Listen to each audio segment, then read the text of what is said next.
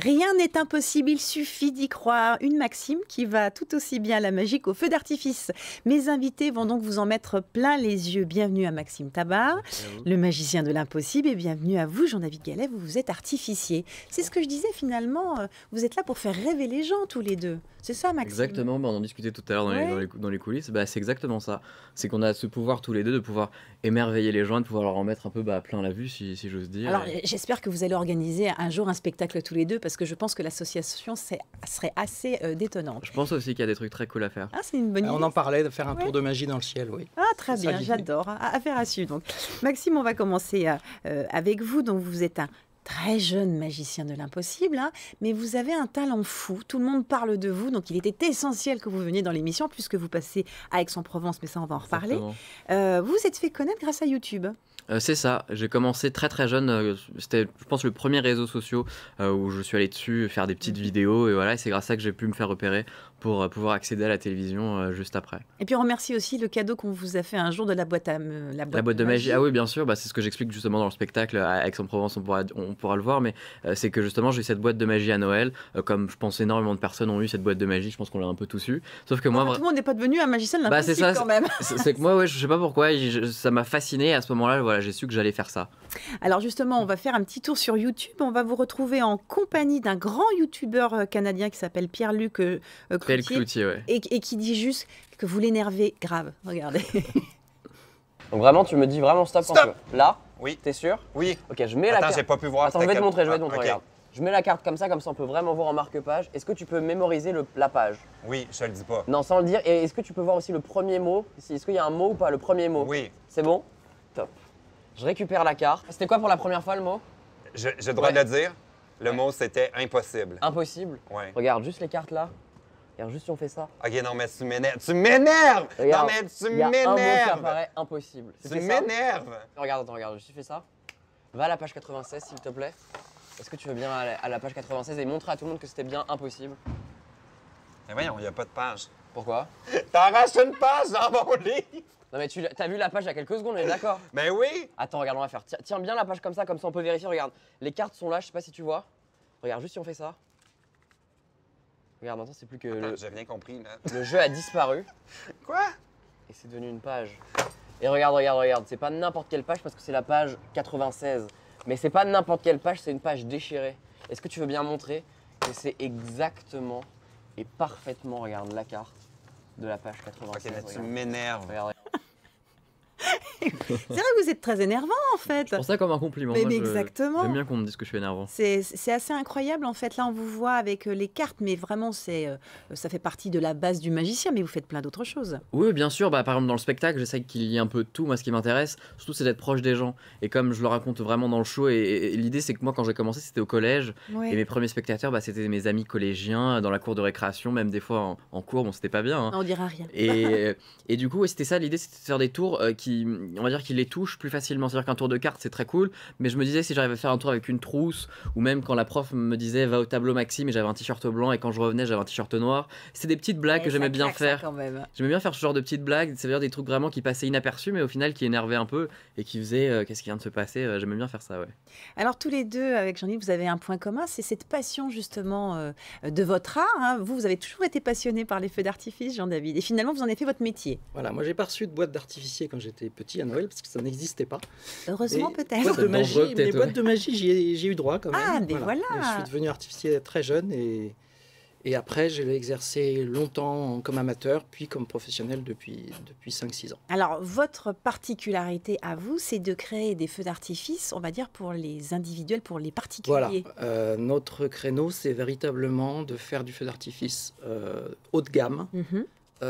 Pour des budgets raisonnables, pour les particuliers, les entreprises, pour des fêtes privées, écrits sur des musiques et sur les musiques de leur choix.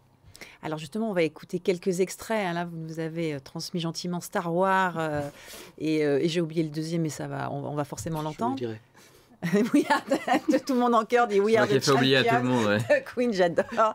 Et c'est vrai que c'est des moments qui sont très vibratoire. Alors évidemment, le feu d'artifice, pour ça, ça l'est déjà, mais en plus, avec la musique, ça rajoute en qualité.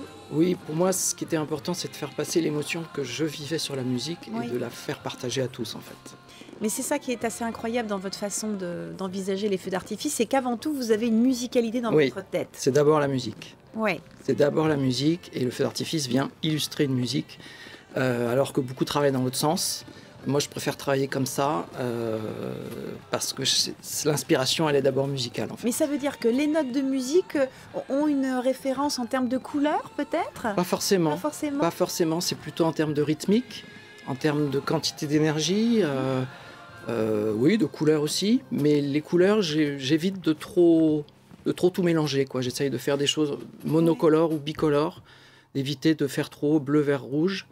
D'ailleurs, je me souviens d'une adjointe au maire qui m'a dit « Ah, ça change du bleu vers rouge ». C'est ça. Après un feu d'artifice qu'on avait fait pour leur commune. Et vous, ce qui est aussi important pour vous, c'est de penser à comme une chorégraphie, hein, comme pour vous, Maxime, mais vous aimez ce qui est aussi au sol. Ce travail-là, il est aussi important que ce qu'il y a dans le ciel. Oui, c'est-à-dire que si vous envoyez de la violence pendant 10 minutes, il y a une lassitude, exactement comme dans un film d'action, exactement comme dans un morceau de musique. Il faut un moment où on casse le rythme, on crée des virgules, on crée des respirations, même parfois des temps morts très travaillés.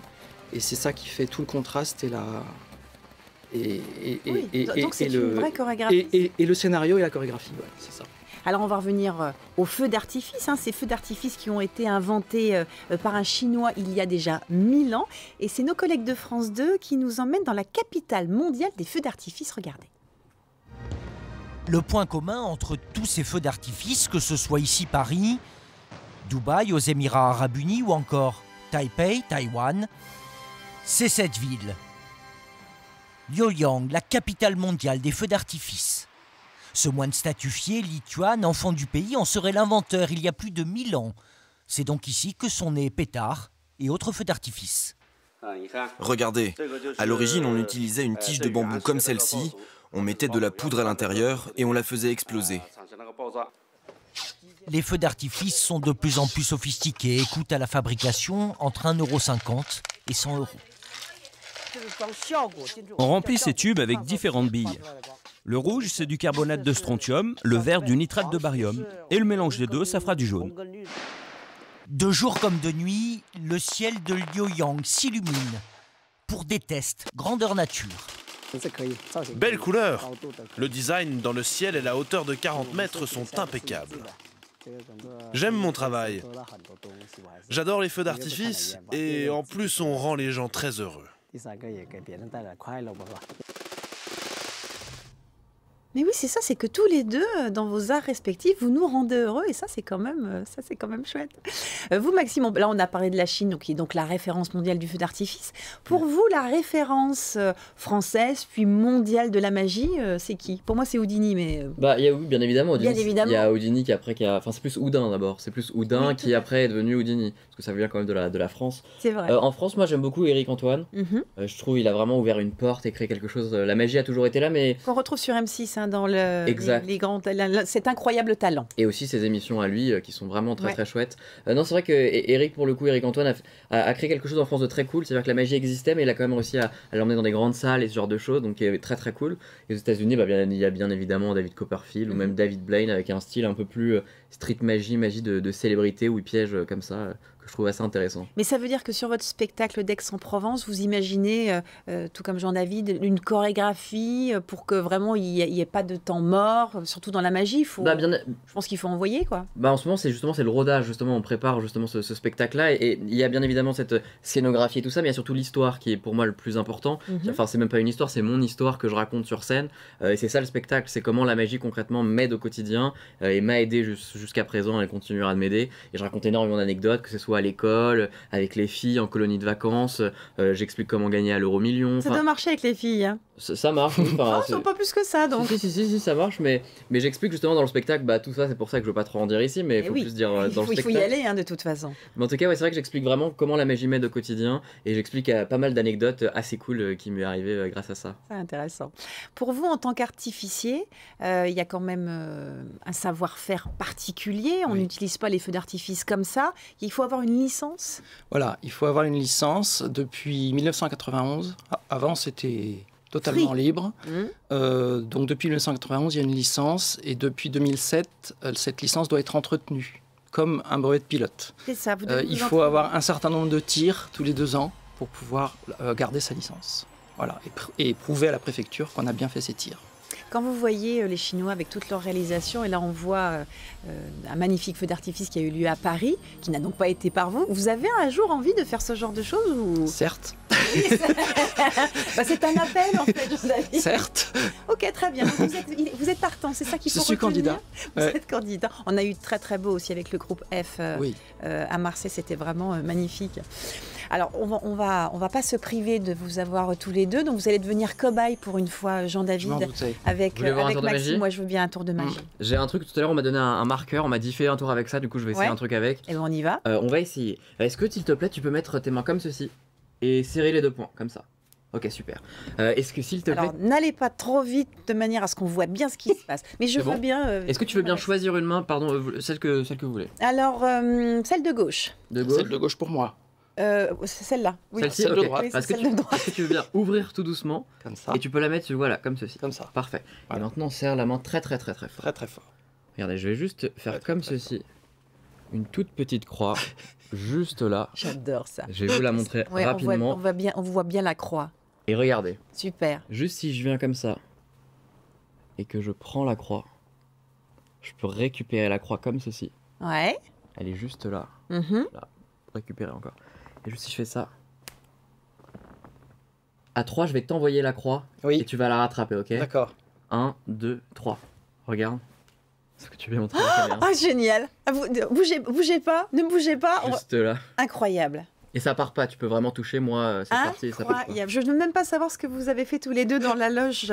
Lui frottez un peu pour voir vraiment si ça part pas. Hein, ça part pas. Ça part pas? Et ben vous repartez avec une croix. Voilà, c'est cadeau. Depuis le temps que j'en Rien n'est rêvais. impossible. Ah, super, merci beaucoup en tout cas à tous les deux d'être venus. On vous rappelle que le spectacle de Maxime, c'est donc 2, 3, 4 février à la Fontaine d'Argent. Exactement. C'est une petite salle à C'est Aix-en-Provence. très cool de pouvoir être proche des gens, j'ai vraiment hâte de pouvoir vous rencontrer Oui, avec je vais venir vous voir, on va y Avec aller plaisir. ensemble. Et puis Jean-David, si vous avez envie de vous faire plaisir pour votre anniversaire, pour votre mariage, et juste vous faire plaisir tout court, bah vous savez qu'il fait des feux d'artifice pour les particuliers. Merci à tous les deux d'être venus Merci à vous. jusqu'à Merci. nous. Ne bougez pas.